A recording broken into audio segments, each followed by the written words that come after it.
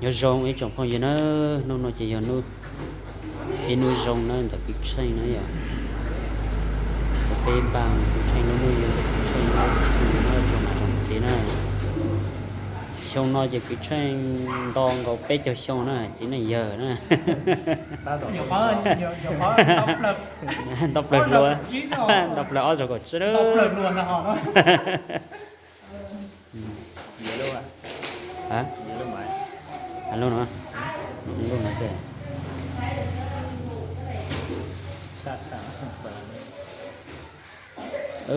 ino trong này trong phong gì nó cho mình số lên số từ nhất lên nhau rồi là số tới tuần rồi cái cổng cái tranh nó nuôi nhiều nữa trong phong gì luôn của nó luôn xây luôn trong rồi xây luôn bây giờ nó còn không cái nuôi nhiều nhiều xây nó sao thế sao cái này thì là trong phong của mình cái nuôi chơi là phải số là cái hay là cái nó là số nó lúc chủ thì cái nó lúc đó là số là sao mà cái số ta nó phải ăn nó mà lại lúc chủ là lúc chủ là lúc nào nhỏ mình thế sao mà cái số tăng cho nó ăn rõ ha bây giờ sẽ lúc sau nó một hàng cái đường họ chơi cho thì lo cho dưới sinh giờ thì ta cho mình giờ sinh giờ cái giờ số tiền là nó thuộc của cái đường mọi nó sát lời tức là cái dạng được cho nên số giờ là đường nó hay pro ada nó sát nó nhiều thứ để cho một lần nữa hôm nay mình có xin nhận lễ là rất trân trọng kính mời tất cả các anh các chú các bác các cô đã đến dự mua mình sẽ mua nó rồi mua hầu tăng em đi luôn mà cho cái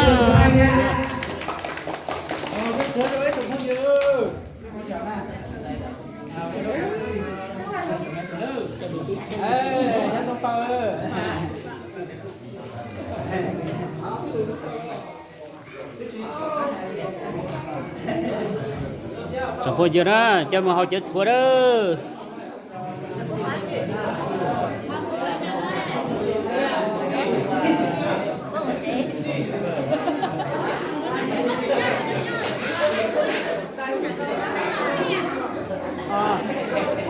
Thằng Thống ơi, có mỗi lúc nick đúng thế.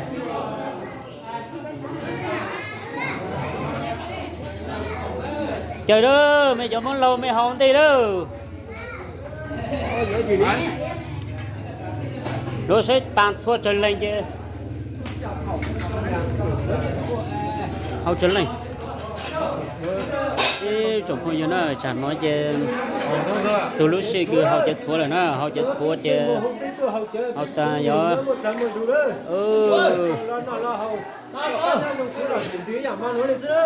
quạt trâu luôn hết pin rồi nhá vậy bà ta tuổi nha chờ số đấy mà nó là cái nó dùng nó này có thì tăng chế của phòng đó tháo là cái phòng công mong được con đấy nhưng mà chấm một chuyện gì vậy chấm một nhặt chặt đó luôn đó thật sáu đấy mà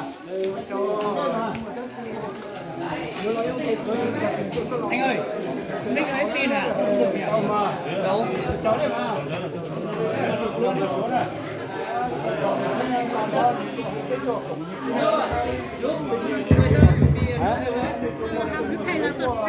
tàu này gì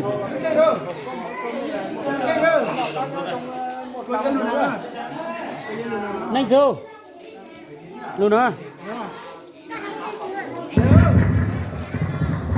nhanh ra luôn đó luôn hay không tiêu không mấy lần này Tu va.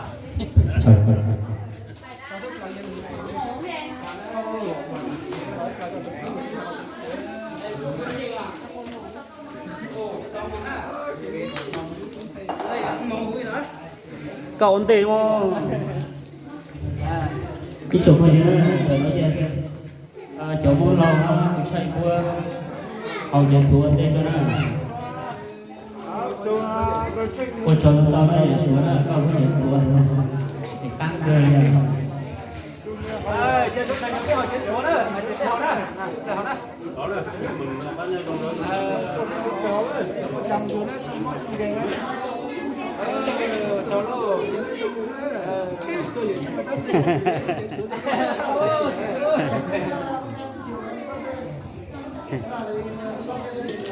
Cô cao ơi, đi xuống, can chỉ can.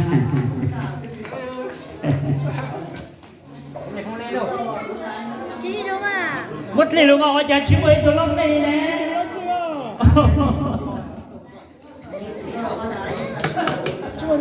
Đâu nè, có sợi mà lông thì nó đấy, ôi rồi ôi. Quay lúc không, lúc sụt phải lâu tăng kia, mất liền luôn này con à, chúng ta để bữa hậu tóc hàng này.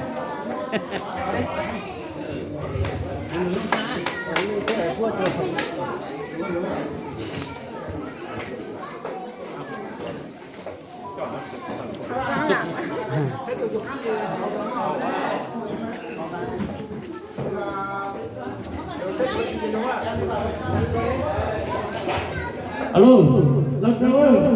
Trên tiếng lên luôn. Làm sao ơi? Luôn, xuống đi nữa luôn.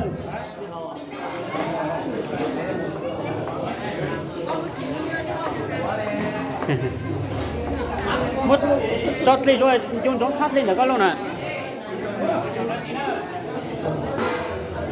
Luôn. Chúng này à?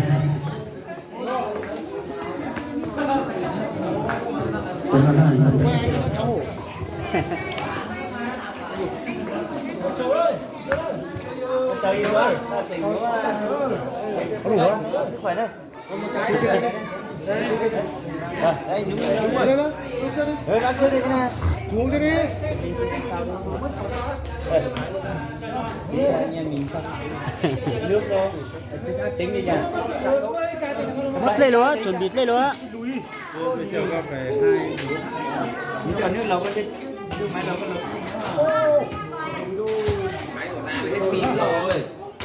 cái pin máy của em pin còn nhiều. Pin rồi. Không. Ra, sao lại quay sau lưng vậy? Em phải hiểu là tiền nào của đấy. Lúc nào là như là chuyện qua đây góc rồi. Tiền à? Ra qua ở đây chơi máy ba chục rồi quay. Bọc cái Có rồi nhưng mà máy thì nó hỏng quá rồi. có rồi nhưng mà Không dùng được. Này ơi.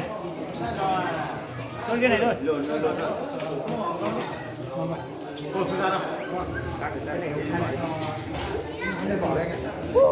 Cái kia không ra anh Dũng. Không ra, cái này cứng. Có ra không? Con đường một tí nào không? Đấy, nhớ thế nào? Đó. Đừng có quay anh, đừng có quay anh nha. Lúa. Lúa, ở bên đó lúa. Lúc bây giờ đây nó này. Vào đây, cái mâm kế tiếp vào đây. Vào đây nó rộng cầm ra. Mâm kế tiếp vào đây. Nhớ cho thôi. Nhớ cho. Nó sẽ cười lên thôi.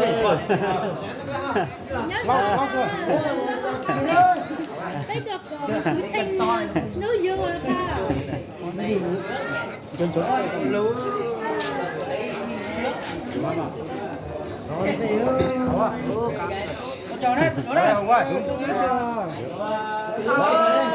Mời đây anh em ơi, mời nào.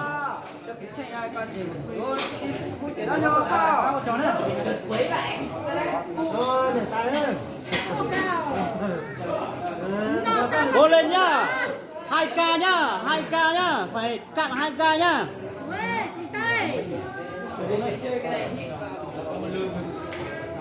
Ôi, gì vậy nào? Cố lên. Cố lên. Xem nước nào em ơi, xem nước. Cố lên, còn 1k nữa. Cố lên. Cố lên. Cố lên. Ê! một chiều gắt chỗ nào chồng cô giờ đó kem đồ bé họ chơi xua bố cá cứ ăn cờ lên bây giờ tàu lo hở vào đây vào đây còn ai chưa vào thì vào đây anh trôm vào đây ui rồi ui sao lại nhắc tay quá thật nhiều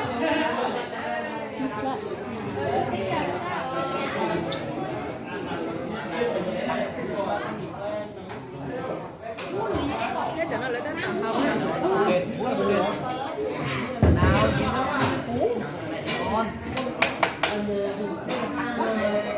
như cái này thì chắc là em nhảy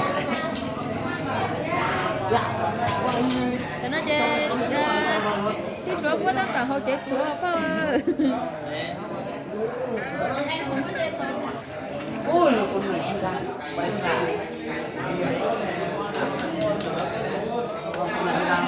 Chưa rồi. em muốn không ra chưa vừa đứt rồi em ra được tầm thì con này ra giống liền giống sao Đừng có chồng á. thế cháu em là gì thế chỉ không có gì ngọt quá nhưng mà dai này có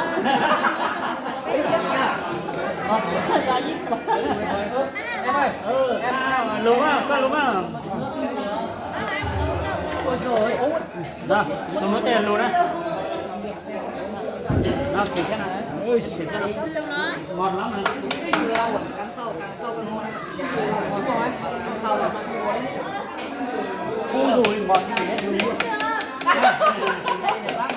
Tắc thôi.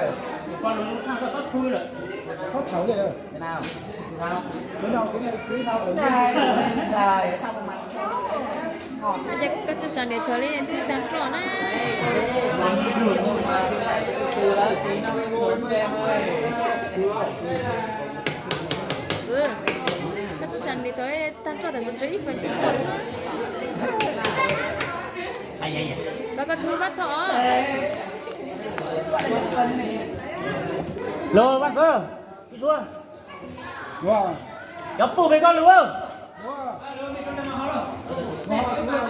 xuống bên phải con bây giờ biểu đây bấm vào luôn bên bây giờ bên con đúng không luôn ai chơi rượu con đi xuống nào xin lỗi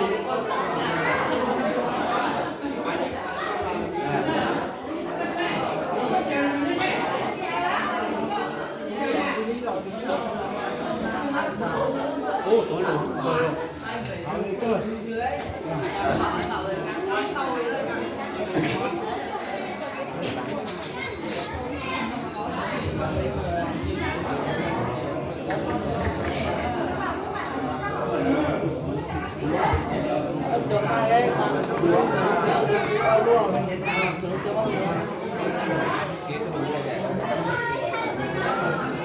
bây giờ nó chẳng nó tôi xin nó là chứ cái ban nó là nó chụp con chụp giờ nó chụp con xin nó Rồi, nó bên nào sát lẩu.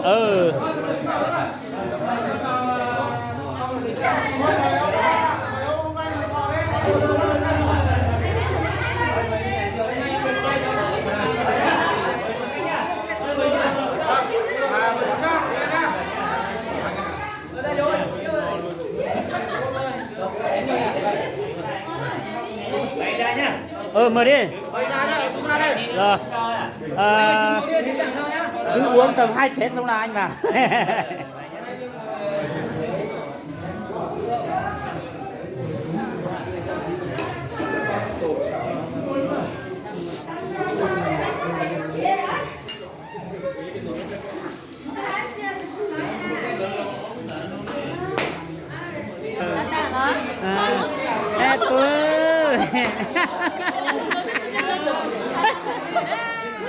nè bữa chú qua buổi xe nếu nói qua buổi tôi cầm cứ tranh luôn nói rồi có bữa có hái luôn luôn trong đó Hãy subscribe cho kênh Ghiền Mì Gõ để không bỏ lỡ những video hấp dẫn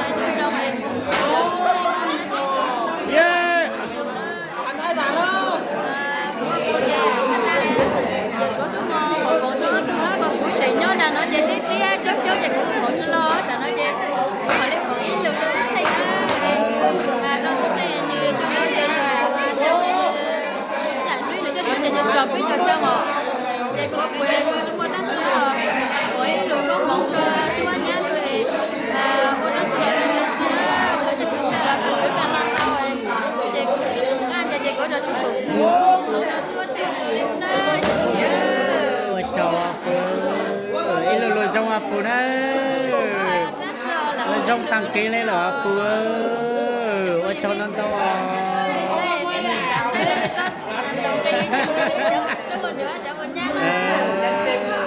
cho nó tàu đấy cho con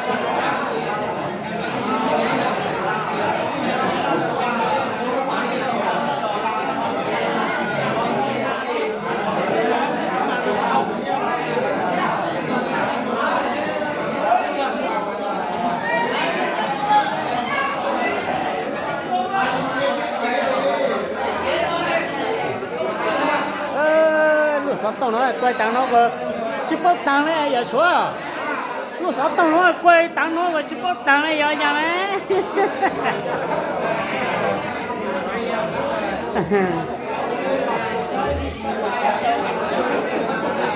không có cái đồ luôn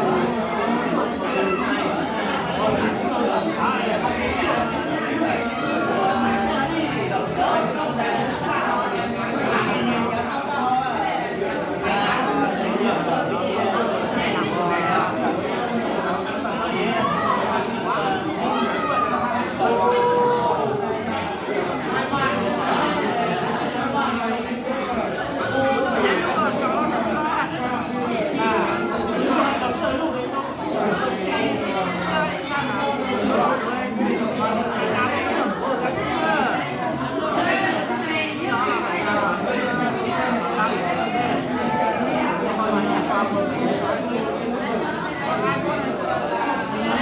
subscribe cho kênh Ghiền Mì Gõ